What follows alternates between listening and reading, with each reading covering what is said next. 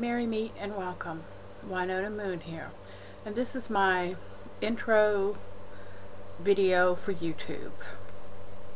I've thought about what I wanted to say, and I've come up with a lot of different things, so I'm going to try to condense everything.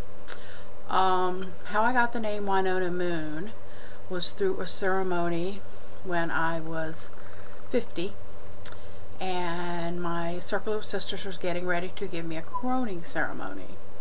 At that time, I thought maybe it was time to take a different name for that time of transition.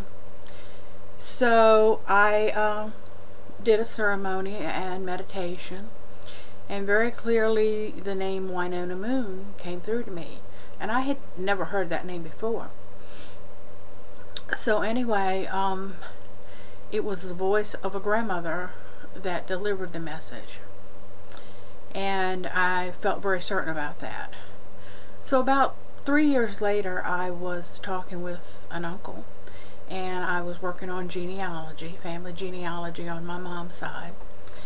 And in the process of talking with him, he was telling me that his great-great-grandmother had been a Nanticoke Native American from Delaware, and that her name was Princess Winona, and that the first child she had died from some disease, plague that was going around, but she went on to have, other children. At the time when he said her name was Princess Winona, I knew immediately that that was the grandmother that had delivered that name to me. So that's how I got my name. Okay, I live on the East Coast between the Rappahannock River and the Chesapeake Bay. Beautiful area. I was born and raised in a Southern Baptist home. My dad was a deacon. My mom was a Sunday school teacher, sang in the choir. My uncle was a minister.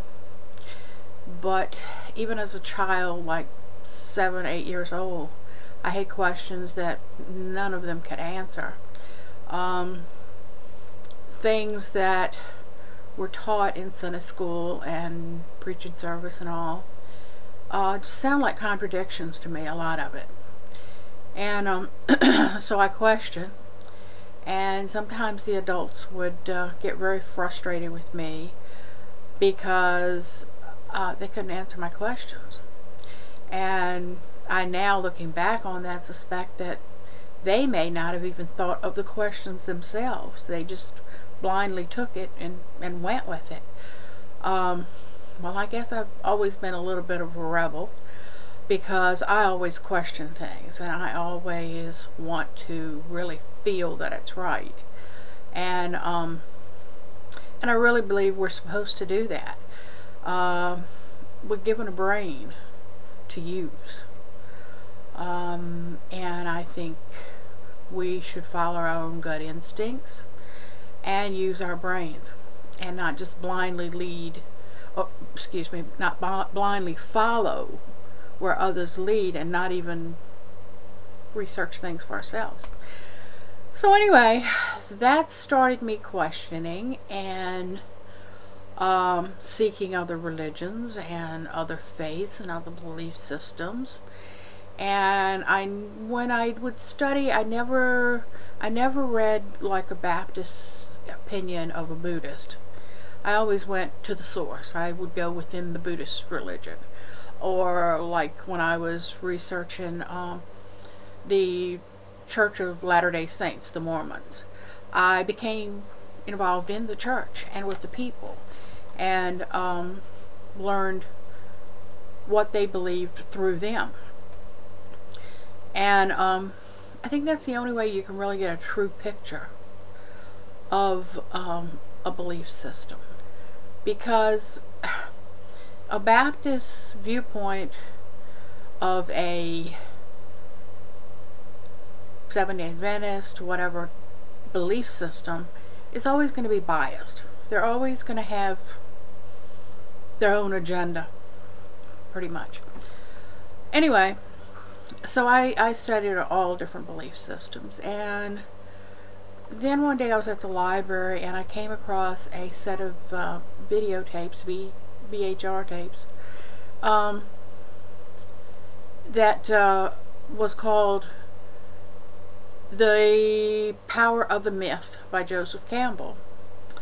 And I just was in awe of these. I watched them over and over, and this was my first introduction to the goddess. And I knew it just felt right. I knew that there was so much more to be explored there. Just after that, I began having a dream repeatedly over and over of the Black Madonna. And this led me to dig even deeper. And one thing led to another, as it always does, and I don't believe in coincidences. I think everything is divine intervention. Everything happens for a reason. And if we're just awake and aware and listen to the messages that come to us and follow through on them, it'll lead you to new adventures. And open your eyes to things you never would have been open to had you just blindly followed someone else's belief. And it, I understand that it takes some legwork to do these things, and I don't mind doing that.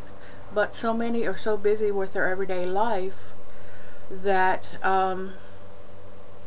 they just don't take the time. It's not that they wouldn't be enriched if they did, but life is hectic. Anyway, I digress. One thing led to another, and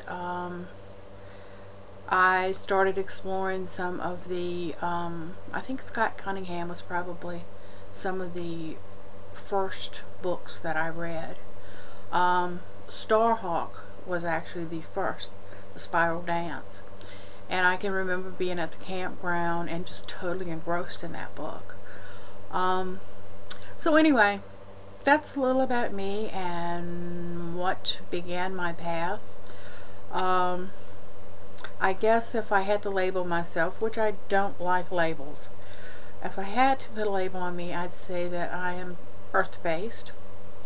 I would probably label myself as a pagan witch. Not Wiccan really, because I have a lot of Native American in there, having Native American heritage. I also have Scotch Irish, so I'm also drawn to the Celtic belief system. Fairies, gnomes, nature spirits are all around here. I've always had the second sight also. I've always journaled my dreams because I've always had prophetic dreams for as long as I can remember. I have journals and journals on my dreams. But anyway, what I hope to do through this site is just share and learn and share some of the wisdom that the grandmothers have brought to me. And the grandmothers are also a group of ladies that in the early 90s I started having dreams, and they would give me messages, and I was told to remember them, and at first I couldn't remember. When I woke, I couldn't remember what they had said, but as time went on, I started remembering and writing it down. Actually, I think as I started writing it down, I remembered more. But anyway, it's been a lot revealed over the years through the grandmothers, and I just hope to share what I've learned in my 60 years on this earth walk. I do believe in reincarnation. I have experienced past lives. I know in one past life I was on the Trail of Tears, and I died from exposure and starvation. I have a past life memory of being a male slave, and watching my family sold into slavery. And so I've had a lot of past experiences, and I'm just here. I want to share and learn from others, and just reach out. Love and light.